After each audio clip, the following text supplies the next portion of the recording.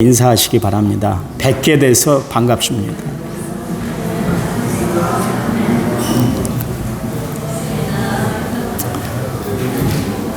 성경책 위에 우리의 두 손을 얹고 믿음을 고백드립니다. 저는 예수 믿어 구원받았습니다. 크게 하시기 바랍니다. 저는 예수 믿어 하나님 자녀 되었습니다. 저는 예수 믿어 천국 백성 되었습니다. 하나님이 주신 오늘 최선을 다해 살겠습니다. 말씀을 아멘으로 순종하겠습니다. 아멘. 그런 삶이 되기를 간절한 마음으로 부탁을 드립니다. 출애굽기의 지도자였던 모세가 세 권의 책을 저작을 해서 썼는데 그것을 모세오경이다. 이제 그렇게 이야기를 하고 있습니다. 순서대로 나열을 하면 창세기, 출애굽기, 레위기, 민수기, 신명기서 이 5권을 모세가 지었다 그래요. 그런데 모세가 지은 이 5권의 책 모세오경의 배열이 참 흥미롭습니다. 창세기는 시작의 책이에요. 그래서 영어로 제네시스다 그렇게 이야기를 합니다. 이 세상의 시작, 인류의 기원에 대해서 기록한 책이 창세기이기 때문에 그렇습니다. 그와 더불어서 인간이 범죄함으로 말미암아 타락한 모습들이 또 창세기에 기록되어 있죠. 그래서 인간이 죄를 범함으로 말미암아 타락하게 되었다 그렇게 이야기를 하고 있습니다. 범죄한 인간에게 필요한 것은 뭐냐면 구원의 역사가 필요한 것이죠. 그래서 구원을 베푸신 하나님의 역사를 기록한 책이 출애굽기입니다. 출애굽기는 이스라엘 백성들이 애굽에서 탈출한 이야기들이 자세하게 소상하게 기록되어 있습니다. 영어로 엑소더스다 그렇게 이야기를 합니다. 그리고 구원받은 주의 백성들은 어떻게 살아야 할 것인가, 그것을 기록한 책이 바로 레위기서입니다. 영어로 레비티쿠스 그렇게 이야기를 하고 있습니다. 거기에는 하나님의 백성들이 이 땅에 살면서 지켜야 할 삶의 규범, 먹고 마시고 입고 사는 전체적인 부분에 대해서 레위기가 기록되어 있는 것을 알 수가 있습니다. 이처럼 구원받은 주의 백성들에게 필요한 것이 하나가 있는데 훈련이에요. 그래서 민수기는 이스라엘 백성들이 광야 40년 동안, 정확히는 38년 동안 광야 생활을 할 때 그들이 어떻게 훈련받았는가 그 내용이 소상하게 기록되어 있습니다. 특별히 민수기는 백성들의 숫자를 세었다. 그래서 민수기다 그렇게 이야기를 하고 영어 성경으로는 Numbers 그렇게 이야기를 하고 있습니다. 훈련받지 않고는 하나님의 백성이 될 수가 없는 거예요. 예수님은 12제자를 세워놓고 3년 동안 그들을 훈련시키고 그들을 사용했던 것을 알 수가 있습니다. 이렇게 훈련받은 하나님의 백성들에게 임하는 하나님의 역사가 있는데 그것이 바로 축복이에요. 그래서 신명기서는 훈련받은 하나님의 백성들에게 하나님이 임하시는 놀라운 역사, 그게 축복, 그래서 축복에 대한 내용이 기록되어 있는 것이 신명기서입니다. 신명기서는 또 신자, 명령할 명자, 그래서 하나님이 다시 한 번 더 이스라엘 백성들에게 명령하셨다. 그래서 신명기서다 그렇게 이야기를 하고 있습니다. 이게 모세오경의 전체적인 배열이에요. 특별히 오늘 우리가 읽었던 민수기 말씀은 이스라엘 백성들의 훈련에 대한 이야기가 기록되어 있습니다. 어디서나 그렇습니다만 훈련받는다는 것이 여간 쉽지 않아요. 그런데 사실 훈련은 운동선수들에게만 있는 것이 아니잖아요. 요즘 직장 생활을 하는데 봐보세요. 인턴의 과정을 거치게 되어 있습니다. 인턴은 뭡니까? 일정 기간 동안 그러니까 업무, 자기가 회사에 들어가서 어떤 일들을 할 것인가 그것을 배우는 수습기간, 수련의 기간입니다. 이것을 잘 통과해야 그래서 정식 직원이 되는 거예요. 여러분 신앙생활에 가장 중요한 게 뭐냐면 훈련받는 겁니다. 훈련을 잘 받아야 되는 거예요. 그래서 훈련받은 사람과 훈련받지 않는 사람은 하늘과 땅만큼이나 차이가 나게 되어 있습니다. 아까 말씀드린 것처럼 예수님은 제자들을 선택하신 다음에 그들과 함께 3년 동안 훈련을 시켰던 것을 알 수가 있어요. 여러분, 말이 그렇지 3년 동안 훈련받았다는 것이 여간 쉽지 않습니다. 우리는 군대 가서 1년 좀 넘게, 저희 때는 뭐 한 2, 3년 한 것 같은데요. 쉽지 않습니다. 제가 이야기합니다마는 내가 제대하고 나오면서 다시는 이 땅 위로, 파주 위로 내가 안 올 것이다 그랬어요. 너무 힘들게 군대 생활을 했기 때문에. 남자들한테 한번 물어봐 보세요. 군대 또 가고 싶어요? 그러면 좋아요. 또 가고 싶어요. 그런 사람은 100에 한둘 다 가기 싫어요. 왜냐하면 훈련이 너무나 힘들고 어렵기 때문에 그런 것입니다. 이스라엘 백성들이 지금 광야에서 40년 동안 훈련받았다는 것은 여간 힘든 일이 아니었어요. 특별히 민수기에서는 광야 생활 중에 이스라엘 백성들이 9번 하나님을 향해서 원망했다는 내용, 불평했다는 내용들이 기록이 되고 있거든요. 그 중에 우리가 읽었던 본문 민수기서 21장에는 9번째 원망 불평이 기록되어 있습니다. 이후에 21장 이후에는 이스라엘 백성들이 원망했다, 불평했다 이 기록들이 기록되어 있지 않는 것을 알 수가 있습니다. 여러분, 세상 살아가서 압니다마는 원망과 불평도 하다 보면 몸에 배요. 습관이 돼요. 주변에 보면 매사에 원망과 불평에 쪼들려서 살아가는 사람들이 있어요. 뭐가 그렇게 마음에 안 들든지 범사에 원망하고 불평하며 살아가는 사람들이 있어요. 그런데 기억하세요. 그런 사람들에게는 하나님이 천국을 내어주시질 않으세요. 잘 들으셔야 돼요. 계시록 21장 8절 말씀에 거기 불과 유황불에 던져질 자, 둘째 사망에 이를 자에 대해서 거기 말씀하고 있는데요. 리스트가 뭔지 아세요? 두려워하는 사람, 그리고 믿지 아니하는 자다. 그렇게 이야기를 하고 있습니다. 믿지 못하니까 다 두려움에 쌓여서 살아가는 거예요. 그러다 보니까 원망과 불평이 넘쳐나게 되는 것입니다. 여러분, 하나님이 우리를 부르신 것은 믿음의 사람들이 되라고 하나님이 우리를 부르신 줄 믿으시기 바랍니다. 원망 불평이 습관화돼서 살아가는 것이 아니라 범사에 감사하며 살아가라고 하나님이 우리를 부르신 줄 아시기 바랍니다. 광야 생활 중에 이스라엘 백성들 40년 동안 광야 생활하면서 그들은 계속해서 원망하고 불평하고 그렇게 살았습니다.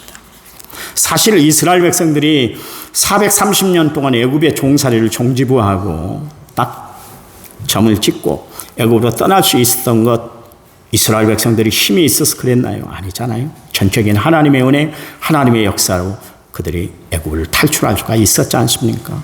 그러나 저들은 애굽을 출발한 그날부터 원망하기 시작했고 결국 그 원망은 불평으로 샘솟게 됐고 급기야 그 일 때문에 다치고 죽고 가나안 땅에 들어가지 못하는 불상사를 겪고 말았던 것을 알 수가 있어요. 여러분, 우리네 인생을 뭐라 그럽니까? 광야 같은 인생이다 그럽니다. 우리네 인생이 힘든 것처럼 광야길도 참으로 힘든 길이었습니다. 먼 길도 먼 길이지만 먼 길이라는 개념보다는 힘들다고 생각하는 것이 오히려 올바른 표현일 거예요. 여러분, 사람들이 세상을 살아가면서 가지각색으로 그렇게 살아가지만 그 중에 험한 일을 만나고 위험한 일을 겪게 돼 있습니다. 요즘 사람들이 살아가는 데 있어서 가장 시달리는 거, 힘든 일이 뭐냐면 시달리는 일이에요. 사람들이 일에 시달리고 사람들에게 치이고 돈에 시달리고 환경에 시달리고 가족에 시달리고 이처럼 사람들은 시달리는 대상들이 많습니다. 이렇게 지속적으로 시달리는 생활을 하다 보니까 스트레스가 쌓이게 되고 나중에는 시달리는 그 환경에서 좀 벗어나고 싶다. 그게 모든 사람들의 소원이고 하소연이에요. 그런데요, 내가 모든 일에 시달리고 있다고 생각하면 세상에 다 하나를 올가매고 있는 것처럼 그렇게 느껴져요. 그래 만사가 다 귀찮아지는 것이죠. 그런데 내가 살아가면서 어차피 내가 당해야 할 일이고 내가 감당해서 이겨내야 할 일이라고 생각하면 여러분 그 일을 기쁨으로 감당해 나가는 성도들이 되시기 바랍니다. 그러면 모든 일이 오히려 감사의 조건이 될 거예요. 그래서 바울은 원망과 불평이 많은 이런 세상, 짜증나는 세상을 살아가는 우리를 향해서 말씀하시는데 원망하고 불평하기보다는 범사에 감사하며 살아갈 것을 우리에게 말씀하고 있어요. 특별히 여러분 이 말씀을 늘 되뇌이고 살아가시기 바랍니다. 디모데전서 4장 4절 말씀에 뭐라고 그랬냐면 하나님이 지으신 모든 것이 선함에 감사함으로 받으면 버릴 것이 없다 그랬어요. 하나님이 지으신 모든 것이 다 선하시대요. 그러면 나에게 일어난 모든 일도 하나님은 선한 역사 가운데 그 일을 이루고 계시다는 것을 분명히 믿으시기 바랍니다. 바울이 로마서 8장 28절 말씀에 하나님을 사랑하는 자 곧 그 뜻대로 부르심을 입은 자들에게는 모든 것이 합력하여 선을 이룬다 그랬어요. 하나님은 우리에게 선을 이루어 주시는 분이에요. 우리에게 원망을 끼치고 우리에게 불평거리를 만들어 주신 분이 아니라 선하게 합력하여 역사하시는 하나님이시다 그 이야기요. 여러분 우리가 살아가면서 하나님의 또 다른 뜻, 선한 뜻이 있을 거야. 그렇게 하면 하나님이 해결해 주실 거고 또 하나님이 이루어 주실 것을 알아 우리는 오히려 고난 중에도 감사하며 살아가고 어려움 중에도 하나님을 찾고 즐거워하는 하나님의 백성들이 되는 줄 아시기 바랍니다. 성도는 어떤 사람들이에요? 고난 중에도 감사를 찾는 사람, 기어이 감사의 조건을 받아내는 사람, 그 사람들이 예수 믿는 사람들이요. 여러분 언제까지 원망하며 사세요? 언제까지 불평하며 사세요? 그렇게 살지 마세요. 하나님이 우리에게 원하시는 것은 기쁨과 즐거움과 찬양과 은혜와 감사의 생활인 줄 믿으시기 바랍니다. 감사하는 사람들 봐보세요. 사람을 만나도 감사하고 일할 수 있어서 감사하고 이런 환경 속에서도 살아가게 하신 것을 감사해요. 또 좋은 식구들과 행복한 가정을 이루게 해주신 것도 감사가 되는 거예요. 그러니 우리는 감사할 조건밖에 없는 것이죠. 여러분 바울을 한번 보시기 바랍니다. 그가 세상을 살아가면서 세상 사는 재미를 느꼈습니까? 그렇다고 해서 날마다의 삶이 행복한 삶이었습니까? 전혀 그렇지 않았어요. 몸엔 병이 있었잖아요. 그래서 건강 때문에 늘 불편을 안고 살았던 사람이 바울이었습니다. 자기 몸을 돌볼 겨를도 없이 계속 선교 여행을 쉼없이 다녔어요. 그렇다고 해서 결혼을 했습니까? 그래서 가정의 행복을 느끼면서 그가 살아왔습니까? 마음의 안식을 누리고 살았던가요? 혈혈단신으로 세상을 그렇게 돌아다니면서 하나님의 일들을 하면서 살았던 사람이었어요. 성격은 얼마나 칼 같은지 그것 때문에 다른 사람들 마음에 상처를 주었고요. 간직한 성격 때문에 남과 타협하지 못함으로 말미암아 인간관계에서 오는 여러 가지 어려움을 안고 살았던 사람이 바울이었어요. 말주변이 좋아서 사람들의 마음을 막 사로잡고 그러지도 못했잖아요. 그런데다가 공부는 많이 했는데 한 번도 써먹지도 못했잖아요. 인물도 그다지 볼품이 없어서 사람들에게 무시를 당했던 사람이 바울이었습니다. 무엇 하나 잘난 것이 없는 사람, 자신의 생을 되돌아보면 양이 안 차는 그런 삶을 살았는데도 불구하고 바울은 하나님 때문에 감사했어요. 하나님 때문에 즐겁다 했어요. 하나님 때문에 마음껏 찬양하고 살았어요. 하나님 한 분만으로 만족하며 그분을 위해서 죽도록 충성했습니다. 여러분 환경이 좋아서 그렇습니까? 여건이 나아져서 그렇습니까? 행하는 모든 일이 형통해서 감사한 것이 아니라니까요. 그런데 나는 어떻게 감사하고 살아가고 있나요? 불편함에도 감사를 하고 살아가고 있습니까? 내 뜻대로 안 돼도 그가 하나님의 뜻일 것이다 생각하며 감사하며 살아가고 있습니까? 사방이 가로막혀서 현실이 정말 암담한데도 불구하고 나는 여전히 하나님 앞에 감사하며 살아가고 있나요? 사실 이스라엘 백성들이 지금 걸어가는 광야길은 어느 한순간도 쉬운 길이 없었고 쉬운 일이 없었어요.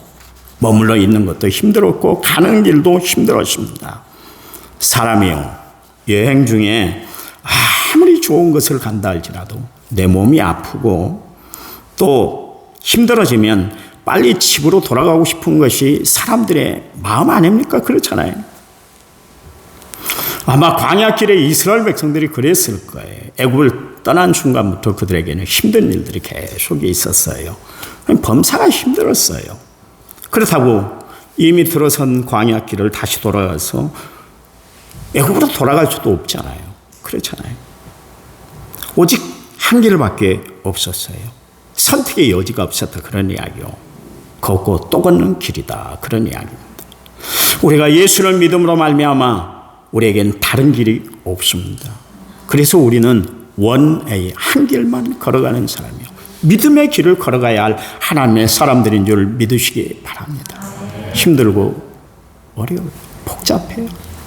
어쩔 때는 세상 사는 것이 뭐 이렇게 사는 거야. 낭망스러울 때도 있을 거예요. 또 세상 사는 것 때문에 막 원망스러울 때도 있을 거예요. 불평이 막 끊이지 않고 일어날 때가 있을 거예요. 그럴 때 여러분 하나님을 바라보시기 바랍니다. 주님을 붙드시기 바랍니다. 십자가를 의지하시기 바랍니다. 여러분 이스라엘 백성들 봐보세요. 길을 걸어가는데 끝이 안 보이는 거예요. 끝이 보이질 않아요. 하나부터 100까지 쉬운 것이 하나도 없었습니다. 그런데 여러분 가만히 생각을 해봐보세요. 이스라엘 백성들이 지금 광야 길을 가는데 그들에게 원망과 불평할 일만 있었습니까? 그렇지 않아요. 하나님의 기적적인 손길이 함께하는 시간들도 있었어요. 그들에게 감사할 일도 많았다. 그런 이야기입니다.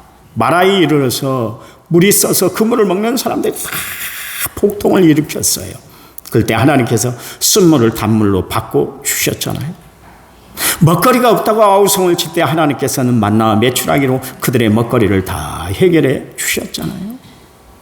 그런가 하면 광야 길에 지치지 않도록 낮에는 구름 기둥으로 그들에게 하나님께서 에어컨을 틀어주시고 밤에는 춥지 말라고 불기둥으로 그들을 인도했는데 히터를 틀어주셨잖아요. 하나님은 주야로 쉬지 않고 그들에게 관심을 가지고 사랑을 베풀어 주셨어요.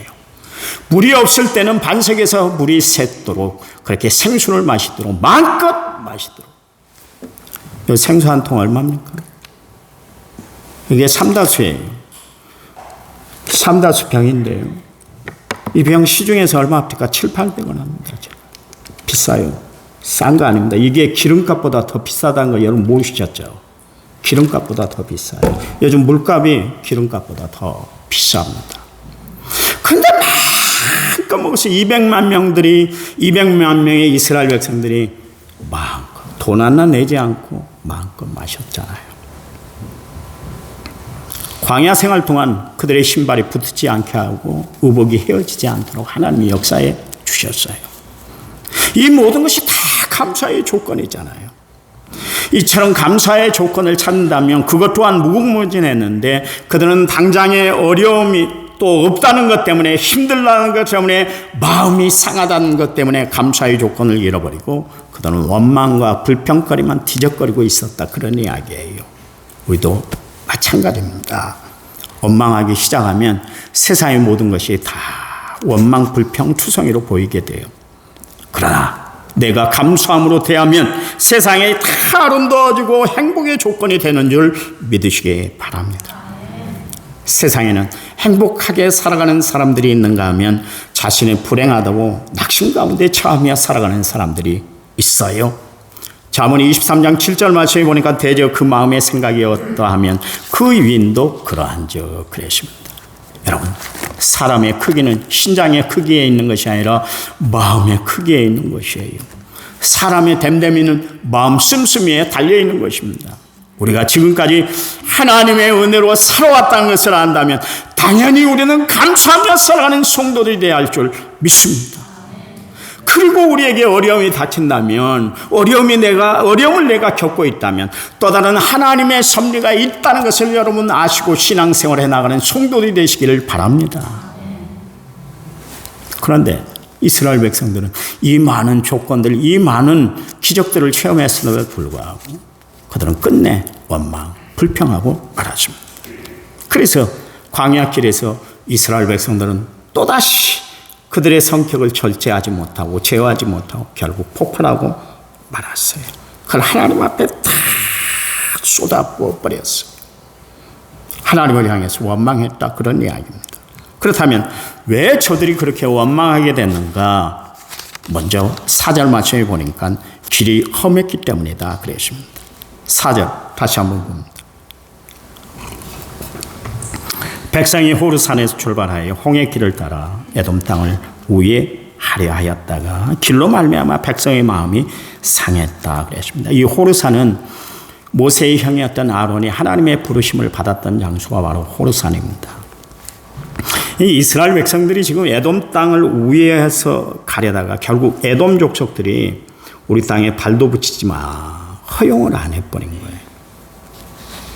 그래서 이스라엘 백성들이 가나안 진군에 해 나가는데 차질이 생겼어요. 왔던 길을 다시 돌아갈 수밖에 없게 됐어요. 그러니까 이스라엘 백성들이 길 때문에 마음이 상했다 그랬습니다. 왔던 길을 다시 돌아가야 돼? 뭐 이런 일이 다 있어. 하나님이 이렇게도 우리에게 협조를 안 해주시는 거야. 힘들어 죽겠어. 아니 가나안 땅 들어갔는데 이렇게 힘들으세요. 어떻게 가겠어?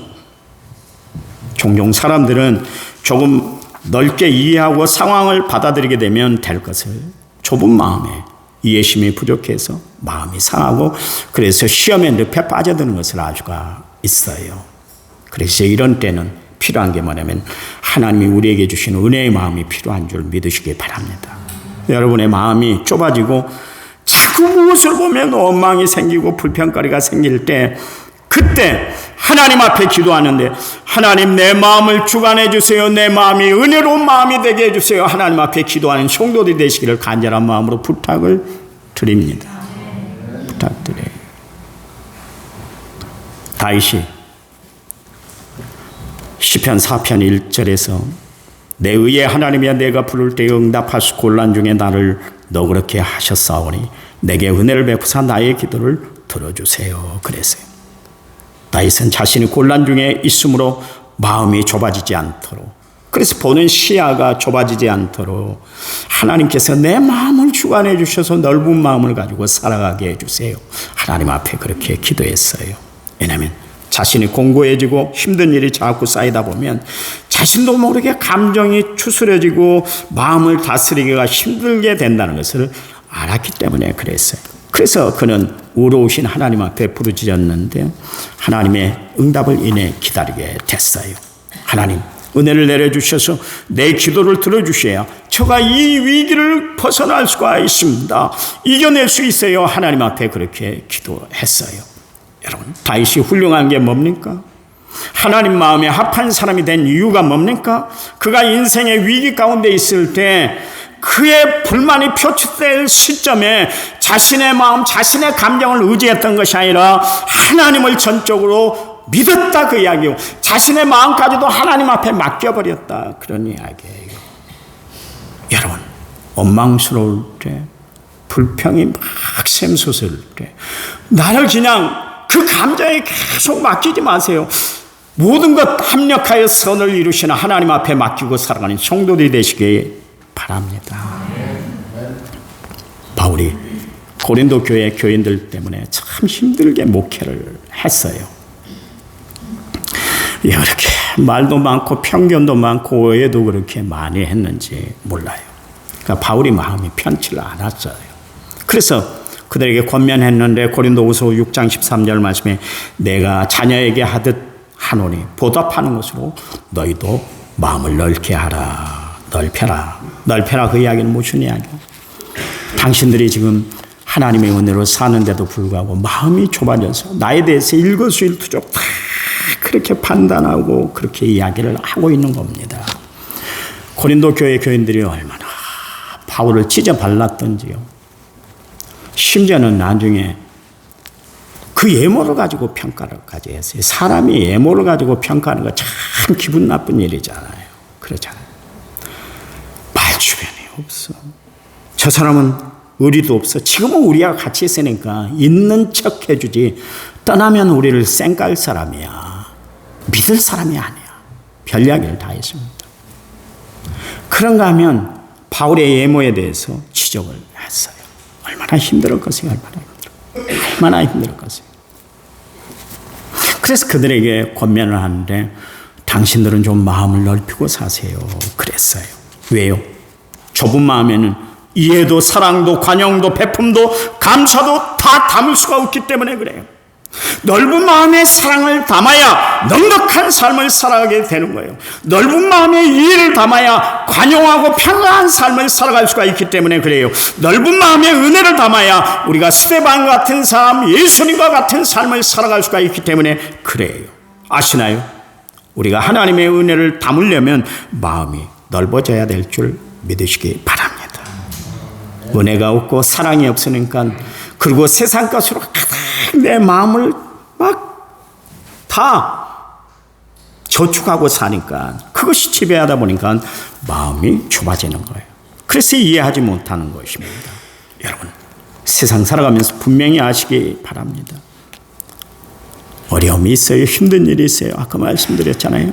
또 다른 하나님의 섭리가 있다고 생각하시기 바랍니다. 분명히 섭리가 있어요. 왜요? 하나님은 어려움 날 쯤에 무엇을 주신다고요? 피할 길을 주신다.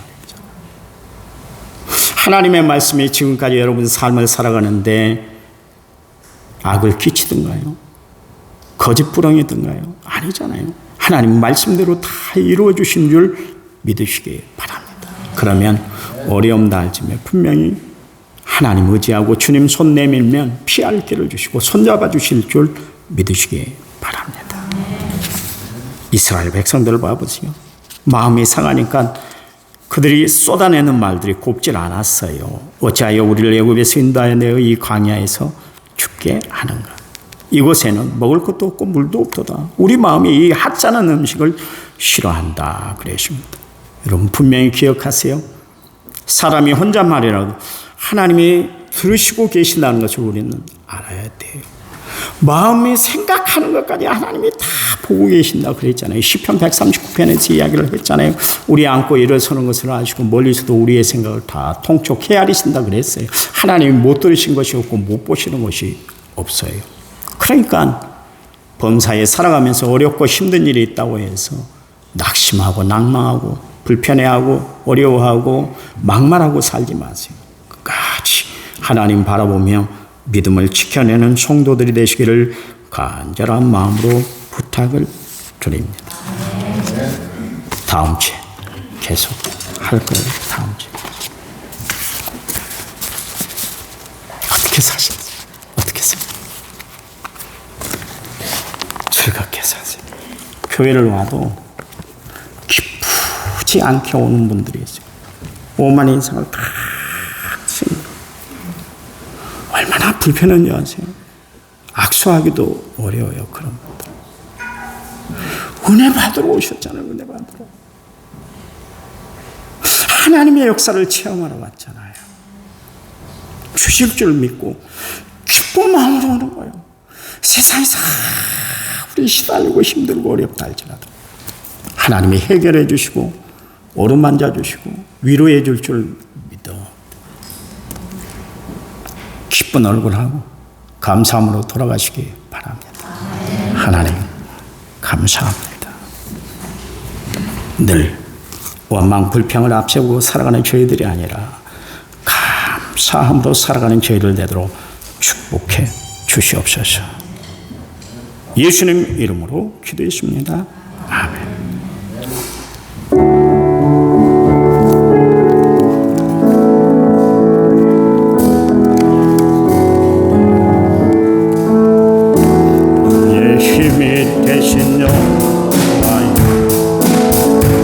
내가 주님을 사랑합니다. 주는 나의 반석이시며 나의 요새. 주는 나를 건지시는 나의 주, 나의 하나님, 나의 피할 관이시며 나의 방패시라. 나의 하나님, 나의 하나님.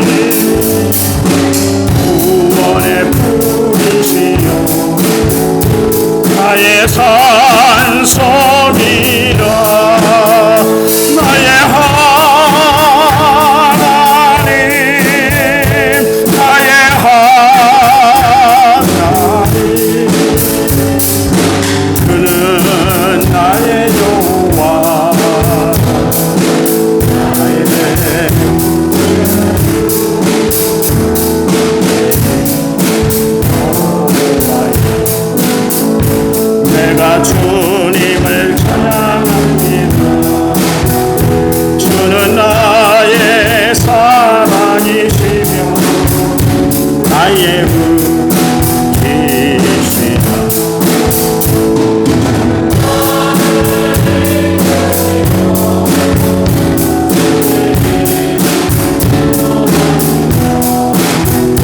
나의 생의 목자 되시니 내가 따르리라. 나의 하나님, 나의